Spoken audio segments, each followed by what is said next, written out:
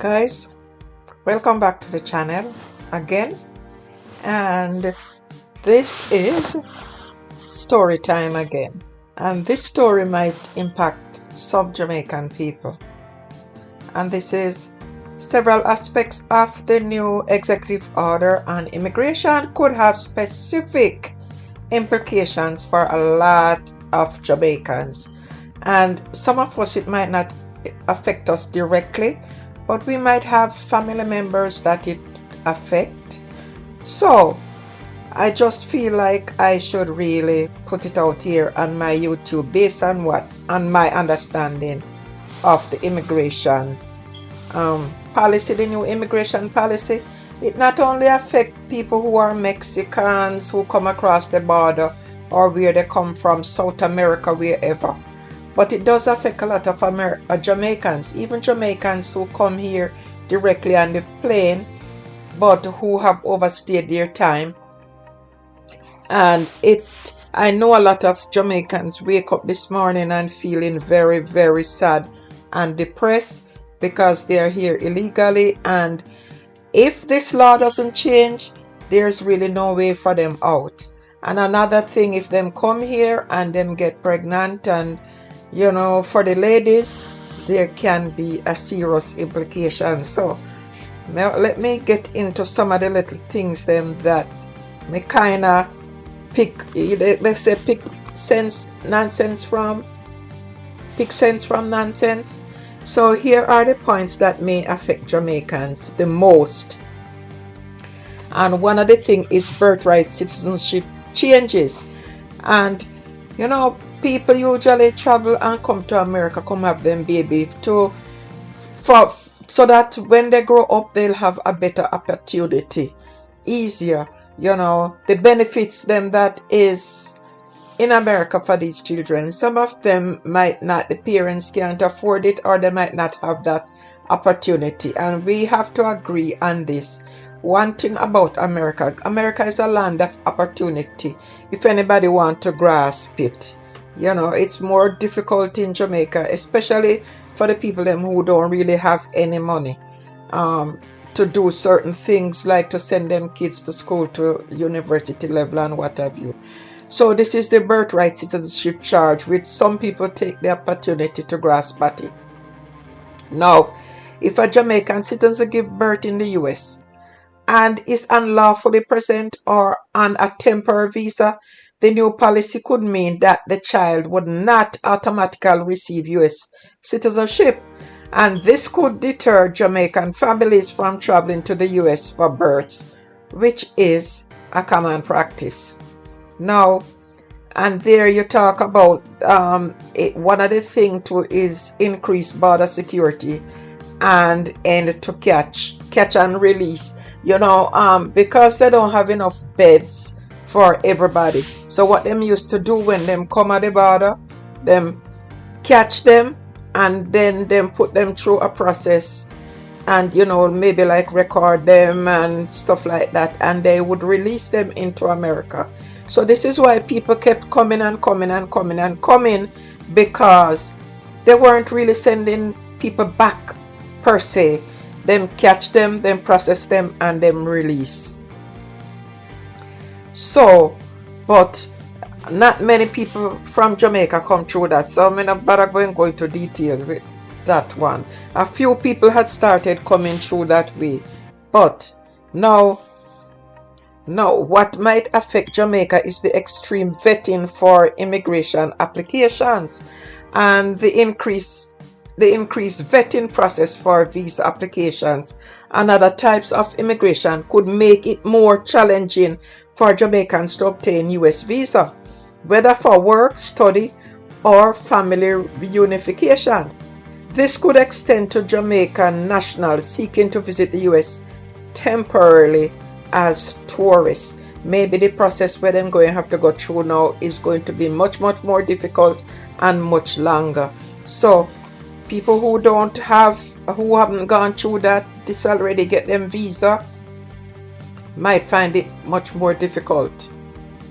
And then there's a suspension of refugee admissions And if Jamaican individuals or families are attempting to seek asylum due to political or economic situations in Jamaica, which many people don't take that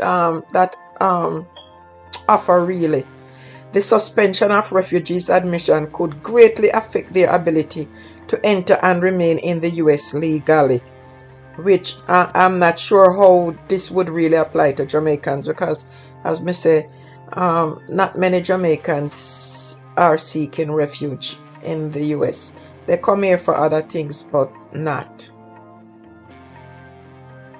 And then the rescission of Biden administration policies, and this is the rollback of the previous immigration policy, which may impact Jamaicans who were benefiting from more lenient regulations.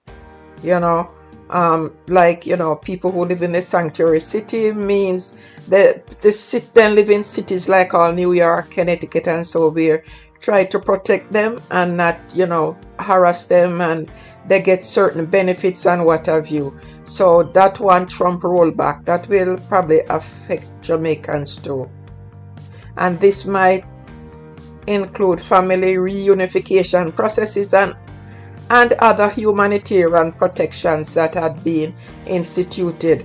So if you're not getting humanitarian protection, who is going to take care of you in the US when you're sick or you need benefits, whatever benefits? If you can't come up with the money to take care of yourself, then you're in dire trouble. So if I would not even advise Jamaicans to even try to really forge coming to the US to stay as illegals unless this law change, because those changes, it's already difficult, and it's going to be even more difficult for illegal aliens. So, and then you have the national security and terrorist threats. And Jamaican nationals may also face greater scrutiny when applying for visa or entry into the US, especially if there are increased security measures detected towards specific regions or nationalities. And I am not sure how this will affect Jamaica, because I don't see where Jamaica could be, or Jamaicans could be, any national threat to the United States. But the main two is the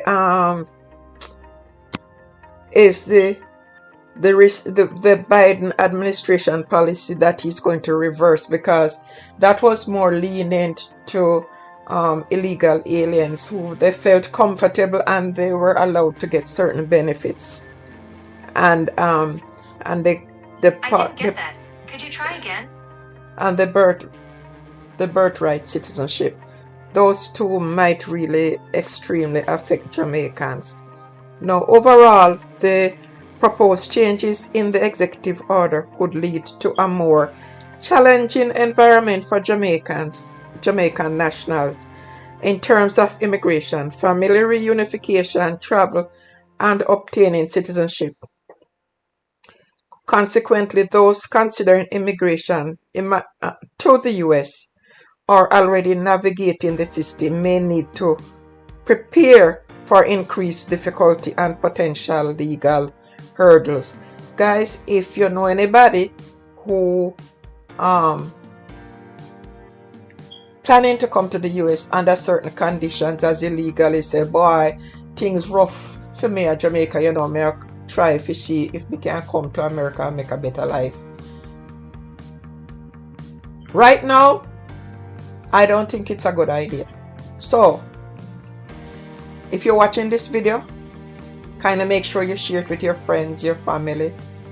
If you know anybody who have those intentions, or if you know anybody who live in the United States and is not following up with this kind of thing, and if them in the United States and they are illegal, them need to seek, get a lawyer, get information from a lawyer, because a lawyer might have more details and more have the fine prints and I don't know how much they can help at this point unless something is done to change the law or to refine the law. Because look at this. You're in the United States and say you have a husband who visits you in the United States illegal, but your husband is living in Jamaica. Husband have a temporary visa, come to the United States. When him leave, you find out that you're pregnant. What's going to happen to that kid now? Because the husband is not an American citizen or a green card holder, and you're not an American citizen or a green card holder. So obviously, even if the child is born in the United States, the child is an illegal alien. And that is really not fair. Something is wrong about that. You can understand if you bring the child here without a green card, but a child born in the United States, and you're going to say the child is not an American citizen. Although some countries still has that kind of policy. But America is the land of opportunity, a place where people come to feel safe, to feel secure, for better opportunities. And for something like this now,